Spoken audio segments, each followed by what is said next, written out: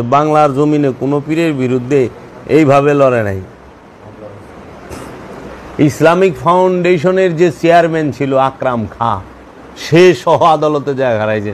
বাবা জাহাঙ্গীরের প্রশ্ন করছে, 154টা প্রশ্ন করছিল, একটা প্রশ্ন আটকায় পারে নাই, সব বাঘা বাঘা আলেমরা সবাই মিলা বাবা জাহাঙ্গীরের বাড়ি আগুন দিছে, বাবারে ঘরের ভিতরে আটকায়া, বাইরে তালা দিয়া। বাবা জাহাঙ্গীর কাওয়ালি সবাই আইছে, দেখছে বাবা কাওয়ালি সাইরা হসপিটাল লইয়া চকিতে শোয়া কানবা পানি পড়তে আছে চোখে, আর সে ধ্যানস্থ হইয়া তসবি টানবাল এন্দা বাইরে দরজা লাগাইয়া তালা মাইরা পুরা ঘরে পেট্রোল মেরে আগুন ধরাই আনিছে। যাইছে জাহাঙ্গীর বাবার সুদ্ধা পুরা ছাই করে দিল। যা দেখে ঠিক বাবা তার পাশের বাড়ি 3 তলার ছাদের উপরে বয়ে রয়েছে। আমার মা তো দিক দিয়ে চিঘার পারতাছে যে তারে তো ঘরে আটকায় দিছে, মেরে ফেলাইব, তারে বাঁচাও।